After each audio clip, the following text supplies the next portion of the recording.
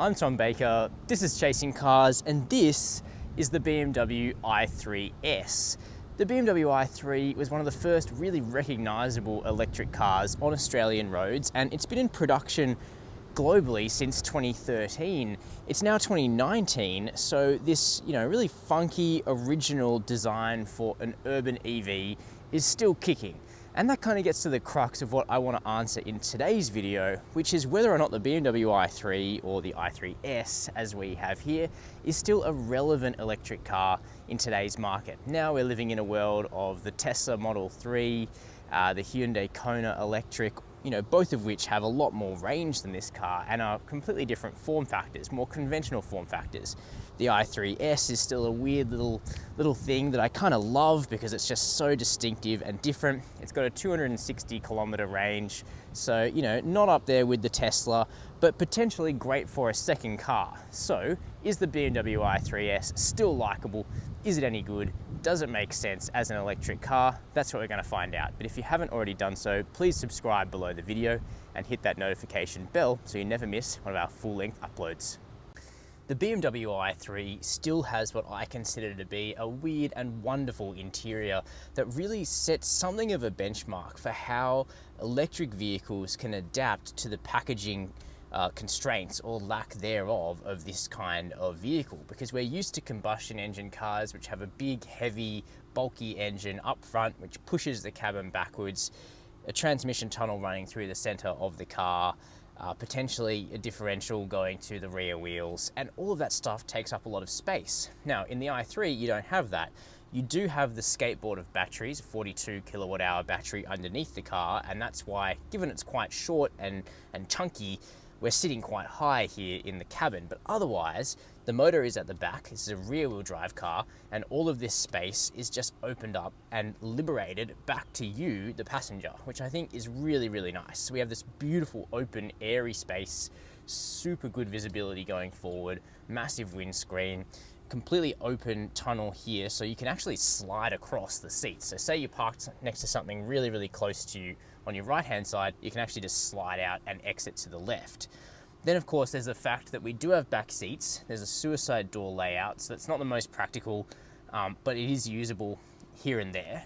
There's a decent amount of room in the back seat for children. Adults, not so great.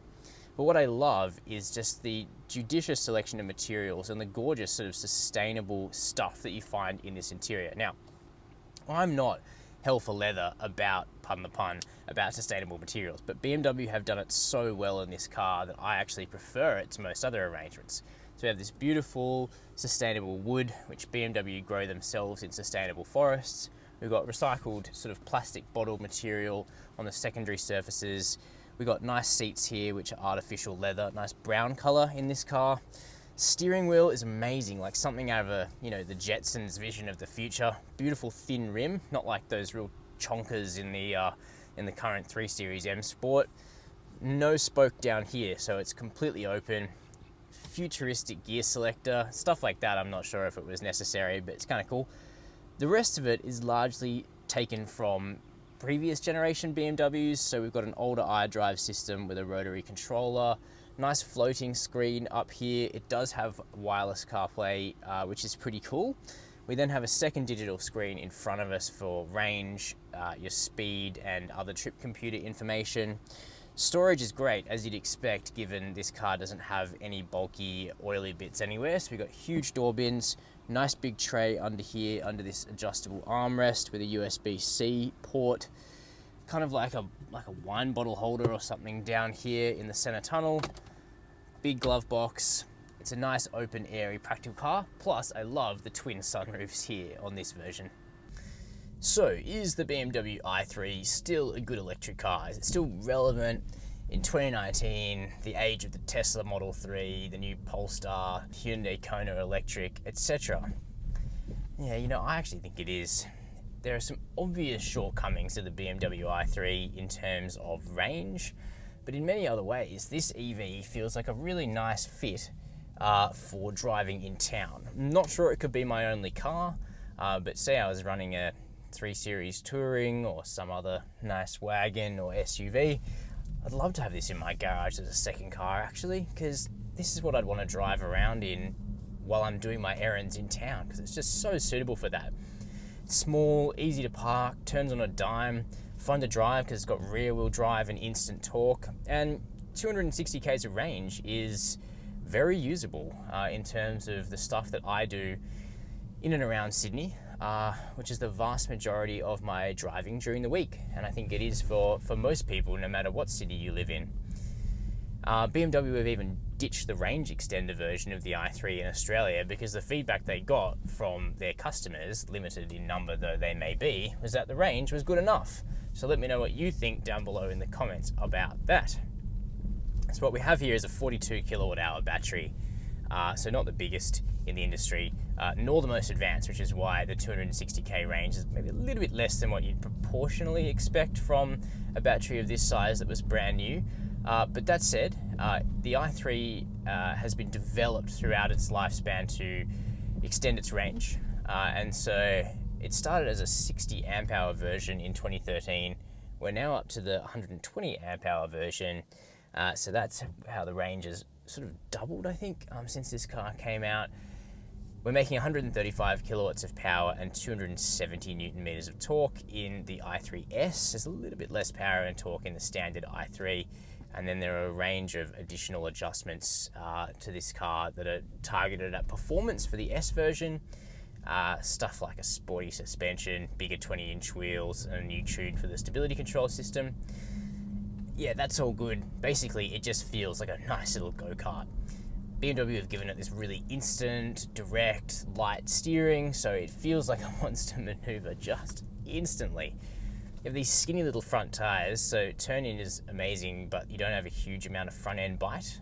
I think what sets it apart from the Tesla Model 3, apart from obvious differences of shape, is that even though the price is about the same for an entry-level Tesla, the build is totally different. So BMW have built this like a traditional car. There's no panel gaps, there's no rattles, squeaks, obvious quality deficiencies of any kind to my eye, and this is the third i3 I've driven which has been that way. So you're kind of buying into traditional manufacturing practices, and I think that is kind of like nice peace of mind. One thing that feels slightly different to me than an i3s that I drove last year is that the ride seems slightly softer. That might be a placebo effect because I've been driving a lot of hard cars lately, but yeah, it's compliant. It's definitely firm, but it's compliant. I think I could daily this easily. On the safety front, it's not that great in terms of the autonomous features or adaptive features because it shares a lot of its platform with the old 1 Series and the Minis. So those are cars that never got blind spot monitoring or rear cross traffic alert, for instance, or lane keep assist. So you've got adaptive cruise control, you've got autonomous emergency braking and a reversing camera, but that's largely it. So those are my impressions of the BMW i3s.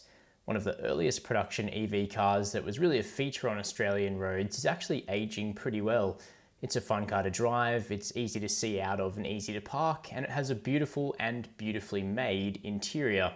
Yes, it's a little bit more expensive than most, and many people will now go straight to the Tesla Model 3, but in case you're still looking for something a little bit quirky, something manufactured with the kind of know-how of a legacy automaker and that BMW badge, I actually think the BMW i3s is still worthy of close consideration.